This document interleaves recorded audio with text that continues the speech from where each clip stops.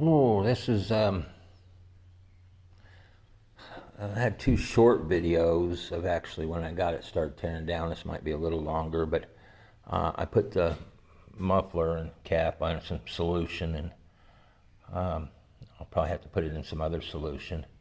All the parts are pretty much cleaned and bagged and tagged over here.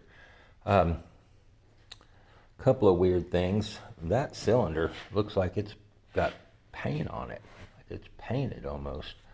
I tried to scrape it and I tried to sand it, and it doesn't. I mean, you can get it off, but it's almost like it's paint on the top half of that. I don't know, maybe these were painted on part of the top because they don't have a full shield around there, so I don't really know. So when I was taking this off, I've got these parts off pretty much.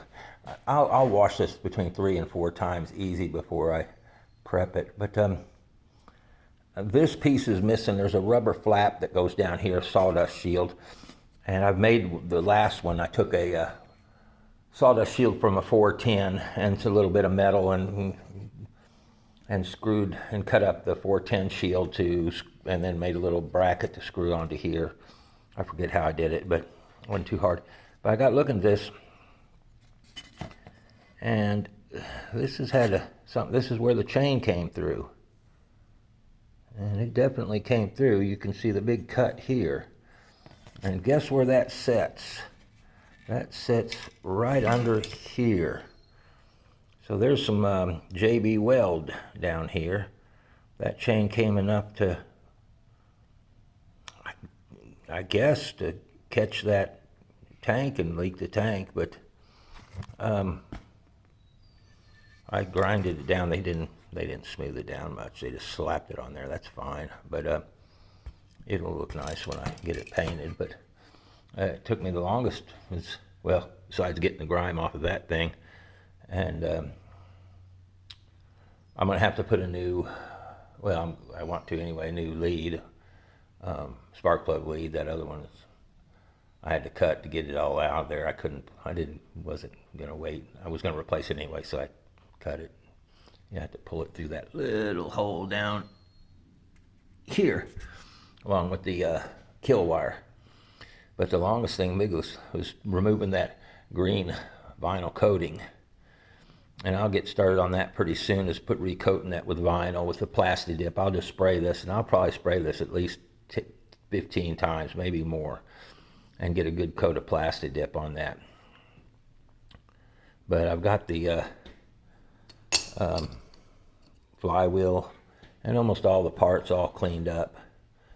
So now I'm gonna sand and remove all the paint by hand. A little scraper, little sandpaper, maybe some little bit of aircraft stripper. But I don't know what to do about this cylinder. I'm gonna take it off, but I power washed this and I couldn't get it to come off. So I almost think that some of this has been painted.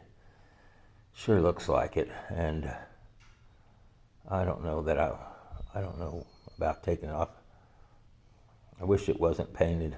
I wish there was a way. I hate to kind of try to paint it back silver, because I don't know that paint's good on a cylinder, but I'll have to ask around.